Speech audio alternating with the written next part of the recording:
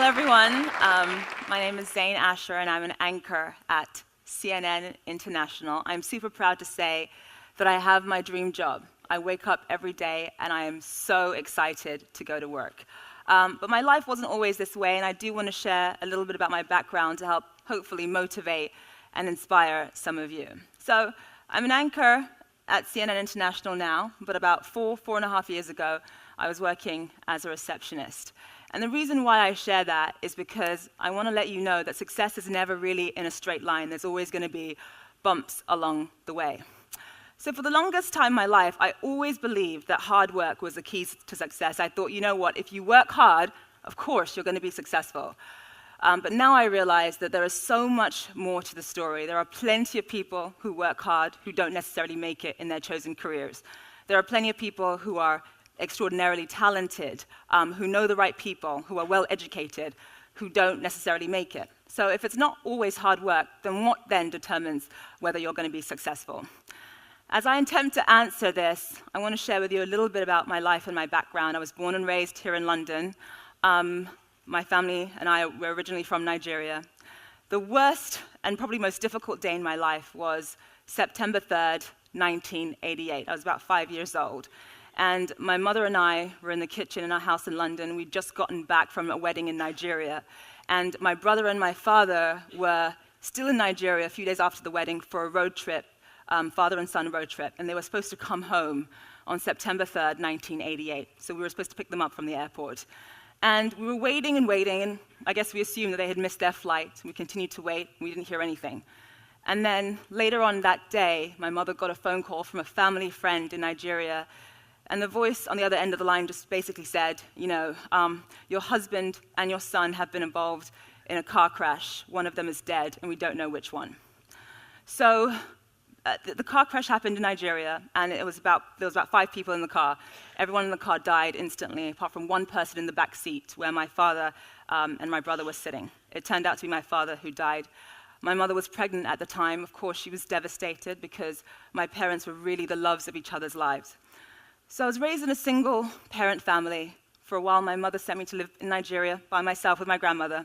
And when I came back, she decided that, you know, in life, if you want to be successful, you have to be able to relate to people from all walks of life. So she deliberately sent me to various types of schools. I went to school in Nigeria. I went to a state school in a poor neighborhood in South London. I went to a private school, and then I went to a boarding school. And this was on purpose, deliberately, because my mother felt that if you want to make it in life, you need to be able to relate to everybody. So when I was 16, I have a strict Nigerian mother, but when I was 16, she decided that she wanted me to go to Oxford. And she sat down and she thought, okay, how can I guarantee that my child is going to get into Oxford? What can I do to make that happen? And she thought about it for a few days, and she came up to me with a proposal, and she said that she was going to ban me from watching any television for 18 months. So I was only allowed to watch BBC and CNN International. If I wanted to watch anything else, I had to ask special permission for that. And then no television expanded into no phones, no cable, no music. I literally had nothing else to do but study. And my mother said to me, the only way, if you're living in my house, the only way you're ever going to be able to watch television again is if you get into Oxford. So, I mean, we laugh now, and it is funny, but, you know, her plan worked. I worked very hard, I got straight A's, and then I went to Oxford. So overall, I didn't necessarily have the easiest childhood. I was raised in a single-parent family. We didn't have much money. I changed schools constantly, therefore found it difficult to make friends. So I didn't have the easiest childhood, but I loved every minute of it because it prepared me for real life. As I mentioned, especially after having gone to Oxford, and I went to grad school as well in New York, Columbia, I really believed up until that point that hard work was the key to being successful. And now I realize there's a lot more to the story. I'm going to share with you what I think is more to the story. The first thing I believe is trust your struggle. This is something I'd heard a lot. Trust your struggle. And that means no matter what the hardships are you're going through in life, have faith that it will all end up being for the greater good. So I mentioned that 4.5 years ago, I was working as a receptionist, and I was in a production company in California. And I was a receptionist, so I really wanted to sort of move up within the company. And no matter how hard I worked, I couldn't get promoted. no matter how many times I stayed late or came in on the weekends, hoping that my boss would notice me and promote me, it never happened. And in fact, for the position I wanted, they began looking for external candidates. I'm sure anyone who's been through that knows how that can be. And because I was the receptionist, it was my job to serve water to the people who were coming in to interview for the job that I wanted. I know, it wasn't easy. And so I didn't really necessarily feel good about myself because of that, and I did some soul searching, and I asked myself, okay, well, what do you really want to do in life? Because clearly this is probably not meant for you. What do you really want to do? And I'd always been passionate about broadcast journalism. So I called a television station in New York, a local news station, and I asked them, what do I need to do to get a job with you guys? So unfortunately, I didn't have any experience. They needed about 2 or 3 years previous experience as a reporter, and the only experience I really had was answering phones and sending faxes. That's all I really knew how to do. And so they said no repeatedly to me, and on top of that, I had a British accent. And in America, if you want to get into the local news business, it's very difficult if you have a foreign accent. It's a lot easier in national news, but certainly in local news, it's a lot harder. So they said no, and I decided I wasn't going to take no for an answer, so I basically called in sick to work, and I paid my roommate, my housemate, a few $100s or whatever, and they helped me. They helped film me around Los Angeles, sort of acting like a reporter. I studied reporters inside out. I studied everything that they did inside out, and I put together various packages, which is sort of voiced over pieces that I learnt basically from studying various reporters, and I sent it to this news station, hoping that they would give me a chance.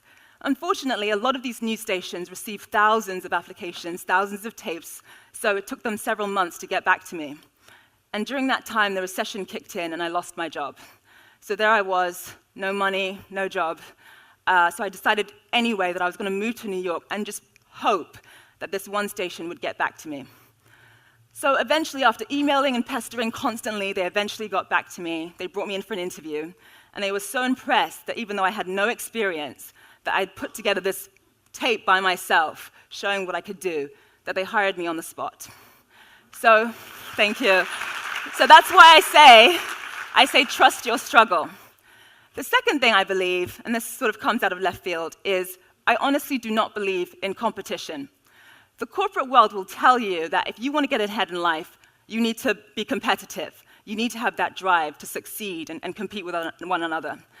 But I don't believe in competing for what I want. I believe in creating what I want. Abraham Lincoln once said that the best way to predict the future is to create it. In order for me to be successful, I don't believe that I need to take anything away from anyone else. Now, of course, there are some advantages to looking at your peers for inspiration, definitely.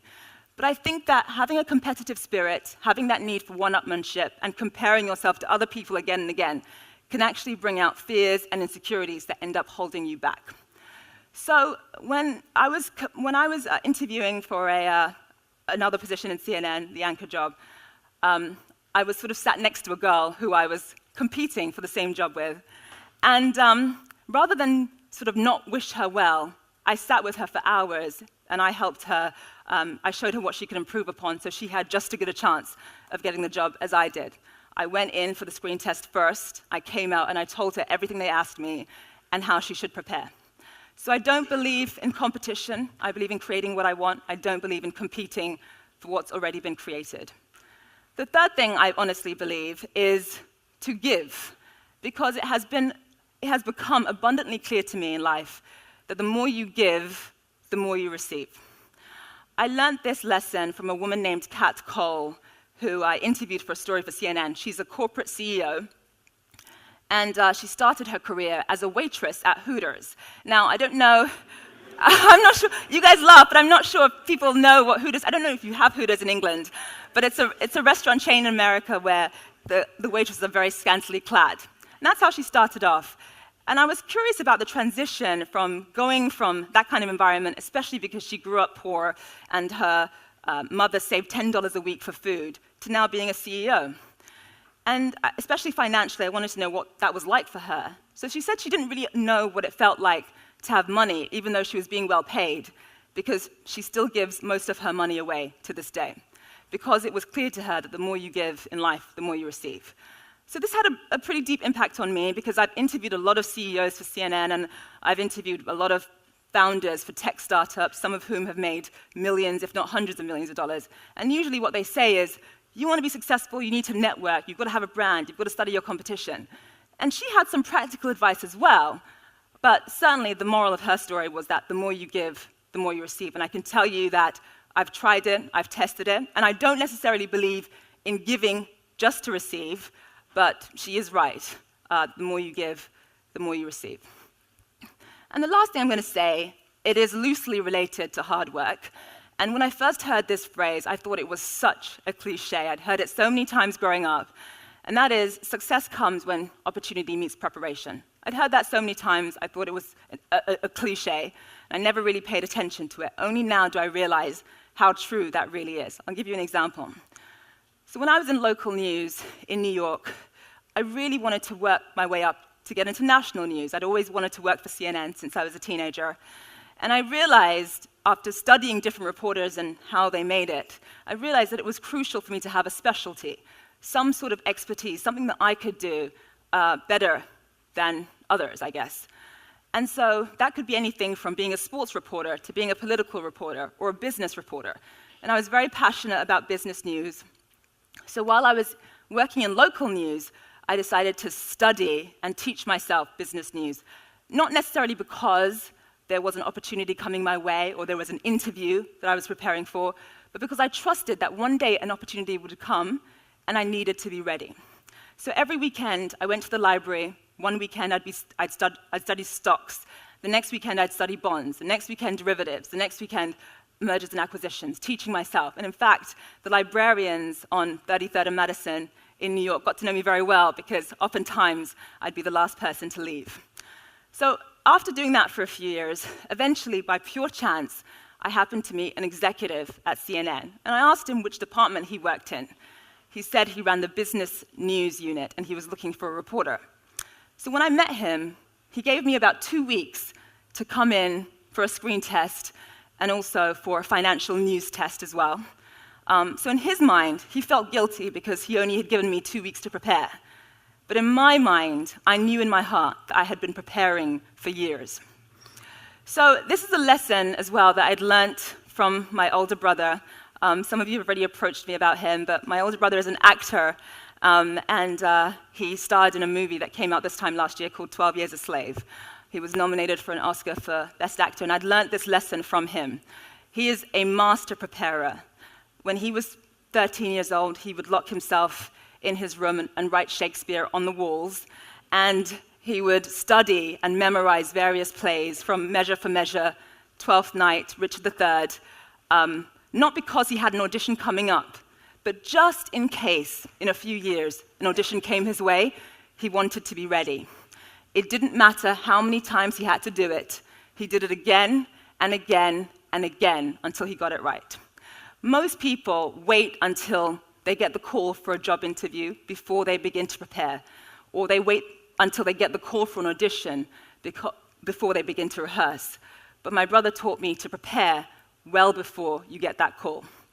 So to sum up, I truly believe in trusting your struggle, knowing that the hardships you go through will somehow end up being for your own benefit. I also believe in turning a blind eye to competition. I believe in giving, and I believe in trusting and knowing that your opportunity will one day come. You just have to be ready. Thank you.